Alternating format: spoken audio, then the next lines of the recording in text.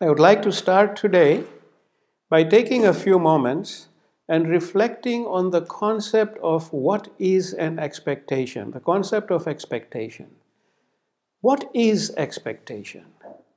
By definition, expectation is a strong conviction that something will or should happen. It is a strong conviction that something will or should happen.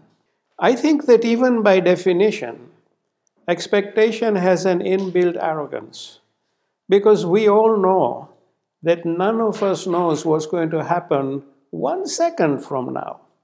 So, expectation in itself makes, I think, an unhealthy assumption.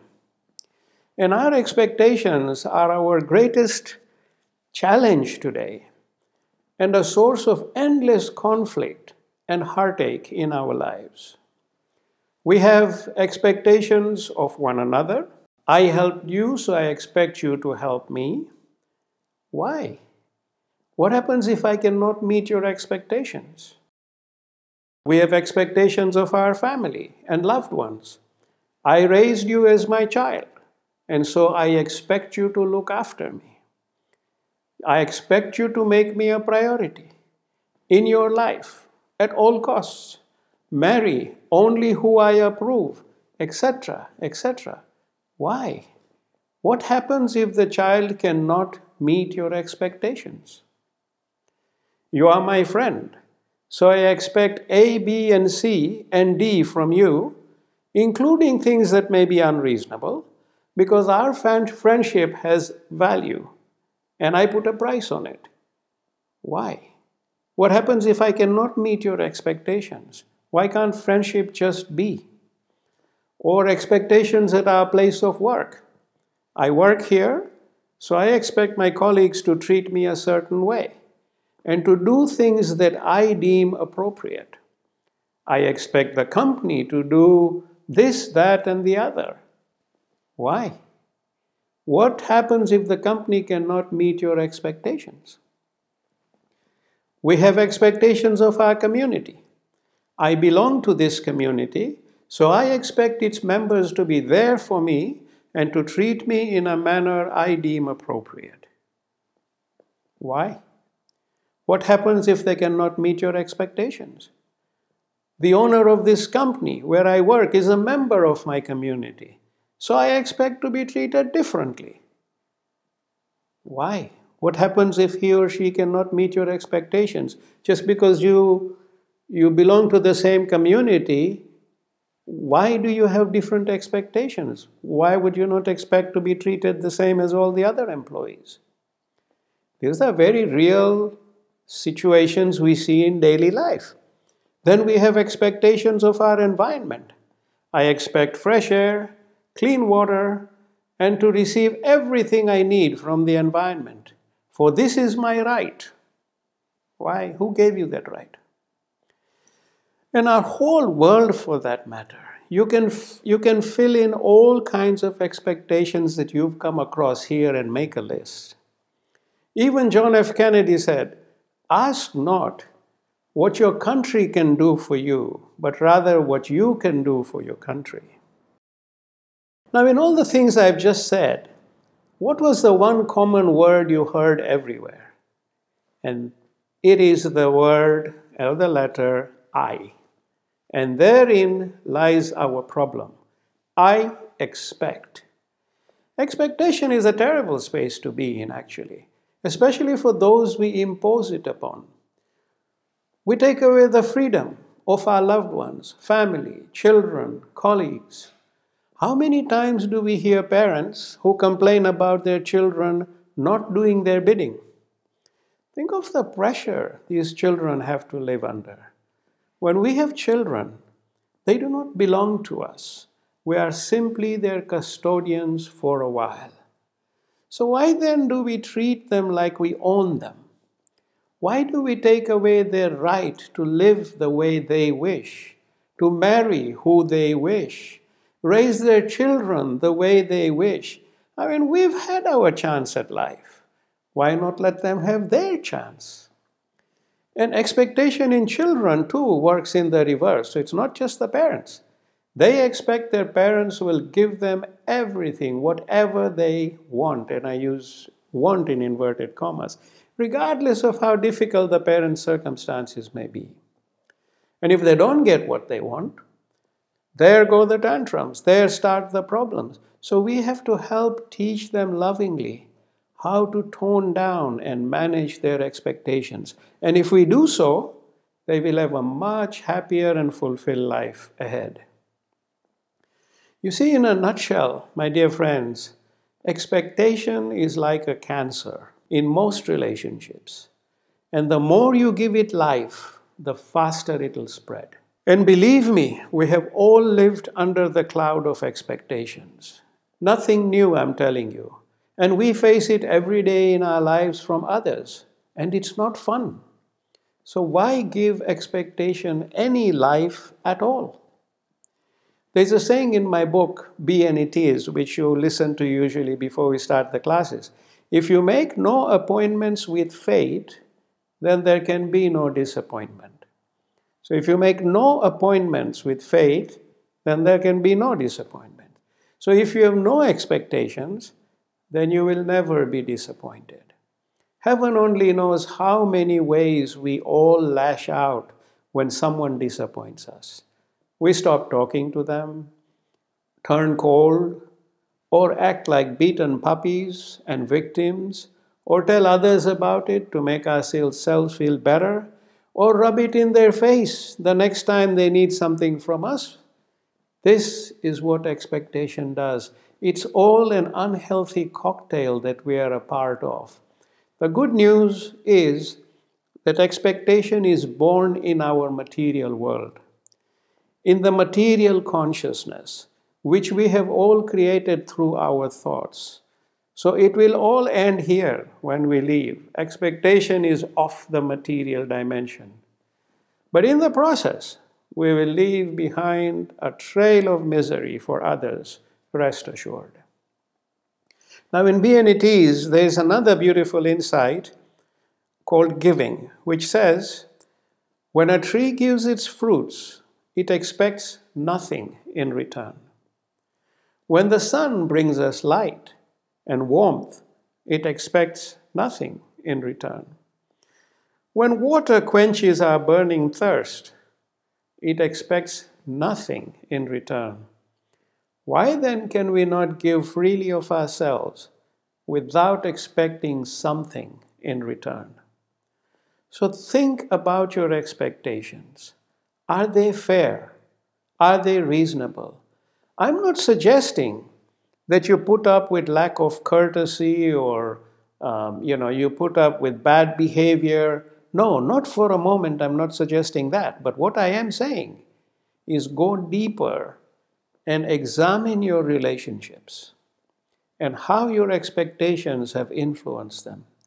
Sometimes your expectations may have had a positive impact, and sometimes totally negative. Now, I've been pointing at the negative side of expectations because the positive ones are working for us. And why fix what is not broken? So I'm not dwelling on that. But the negative ones we can fix. My dear friends, starting from today, let us dig into our expectations. Start with relationships where we have all faced strains, tensions, and disappointment. Ask yourself the question, where have I been disappointed in this relationship? Now, disappointment is the perfect word. It is your torch in the darkness when you are looking for answers. Disappointment. When you see the word disappointment, when you are evaluating a relationship, that's your torch shining on the problem. And then, how did I react to the disappointment? So first question is, why am I disappointed? And of course, if it's because my expectations were not met, then we start asking, how reasonable were my expectations? Was I fair? And then how did I react to my disappointment? And there you have to be very honest with yourself. Because most of us are very comfortable blaming everyone but ourselves for our disappointments. So you are really looking for that needle in the haystack, and your torch in the darkness here is the word honesty. Be very honest with yourself, and you will see where your expectations have done damage. Then go fix it. And let's not break any new toys from today. Let us guard against unhealthy expectations. Now, since we are in fix-it mode, let's go deeper into exploring the core root of our expectations. Let's find the tumor from where the cancer is spreading outwards, because it is more obvious than we all realize. This tumor is staring us in the face. The tumor lies in the fact that we are all, and we all feel, entitled. Entitled. What does entitlement mean? Entitlement, by definition, means having the right to something. So entitlement means having the right to something. Easy forms of entitlement are a coupon for a discount. You are entitled to get your discount. Or here is the title deed of your home, or here is your rental contract. You are now entitled to live in it. So these are simple transactional forms of entitlement. They are harmless. That's not what I'm talking about. So where does entitlement reside in us as a cancerous tumor? The answer is in your self-center. People who live in their self-center are often the most entitled, because for them, the whole world owes them something. So people who live in their self-center are often the most entitled. For them, the whole world owes them something. Look around you, so many people think that way. Think about it. When you were a fetus, you came from pure freedom as a soul and found yourself in this little body, unable to even move 1 foot away. So how powerful were you then? 0 is a good number. When you were in the fetus stage, 0 is a great number. That's what you were. And this body was in the womb of your mother. So what were you entitled to there? Nothing. Thank your beloved Creator that He placed love and nourishment in the womb of your mother. You were not entitled to it. He gave it to you freely out of love and mercy. Then you were born. And when you were born, all you could do was cry and scream. You had no clue where your first bottle of milk or sip from the breast would come from. You had no clue. So how powerful were you then? 0 is a good number here too.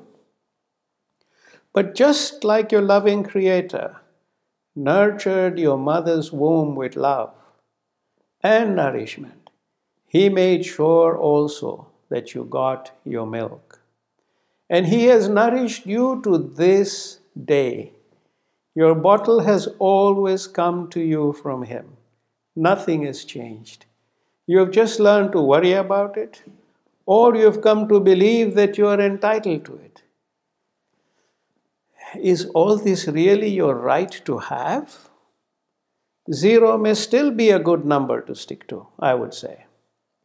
Then you grow up as a child of nature, taking in all its gifts, moments by moment, breathing its air, drinking its water, partaking of all its gifts, none of which you are entitled to. It all comes to you by the grace and love of your Creator. I mean, one day your air supply will stop because you cannot breathe anymore. Where is your entitlement then? You may flap about like a fish outside of water until your Creator blesses you with relief through taking you into His arms. How powerful are you then? 0 is still the best number so far. So knowing all this and forgetting our best companion since we were a fetus, which is the number 0, how did we allow ourselves to become so entitled in such a toxic way for everyone else's lives? and entitled to the extent that we completely believe in our entitlement as our right, and we stand up with confidence, and we will deny that it even exists in us. My dear friends, entitlement and ego are very close cousins. So let's come back to the self-center, because we are looking for solutions. Remember, you and I and all of us started as a child of nature. We started as we, not as I. And then we became firmly anchored in I, in our little self-center. You know what self-center is? Self-center is like a bubble in our heads, and it engulfs our thoughts completely, like a king or queen. It brings everything about life and its experiences to its throne, which is I. So imagine a bubble in your head, and in it there is a throne, and the throne is I.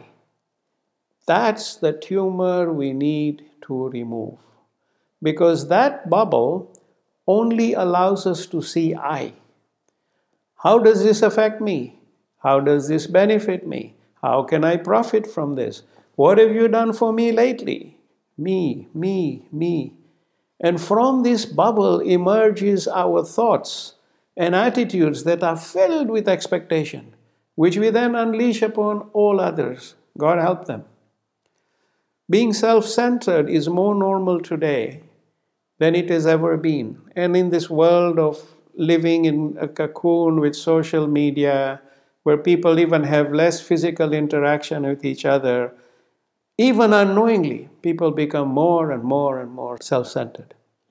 I remember attending a wedding where one of the bridesmaids was so engrossed in how she looked, she couldn't care less about the bride. And it was not even her wedding. She was a sideshow for these moments. But believe me, she behaved like she was the most beautiful person around, and all praise and all attention was due to her and her alone. And I watched this and I smiled to myself. What a bubble she had in her head! Absolutely impressive. The lilies of Monet's paintings were no more than little stepping platforms for her. I prayed for Monet that moment as I felt him turn in his grave.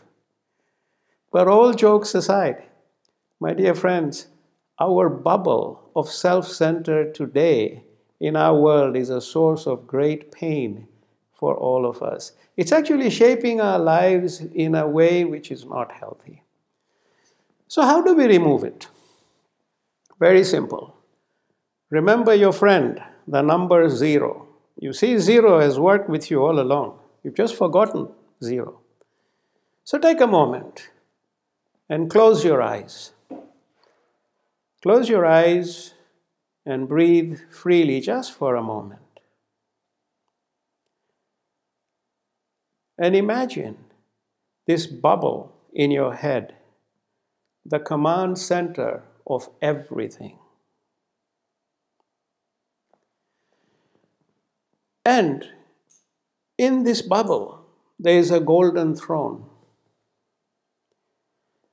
And on this throne is seated a king or a queen. That is I. This is the most powerful place. King or a queen. Now, look at this king or queen and pluck the king or queen and take them off the throne. Now all you see is the throne.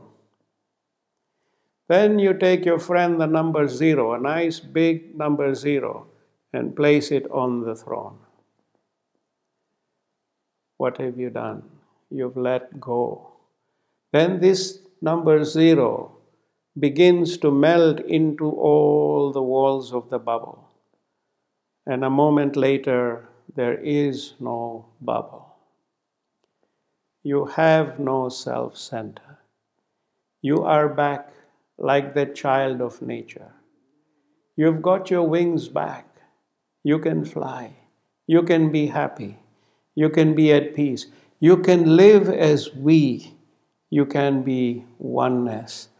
Because with that number 0 has gone your bubble. It was just an illusion that controlled you and governed you.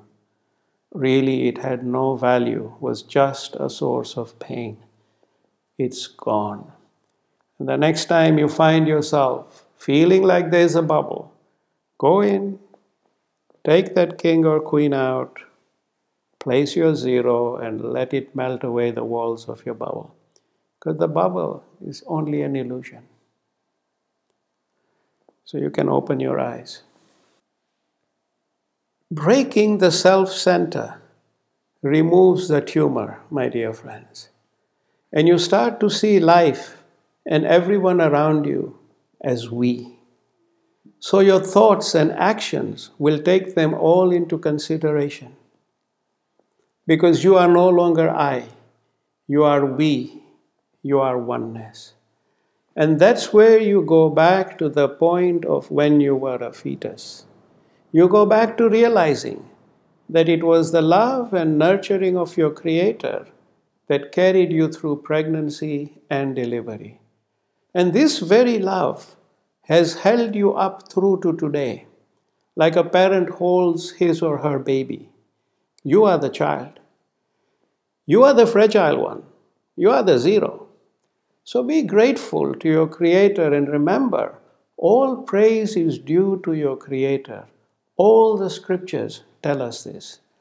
And the next time you say, I expect this to be, always add God willing, or universe willing, or Allah willing, or Krishna willing, or Father willing, or the Lord willing.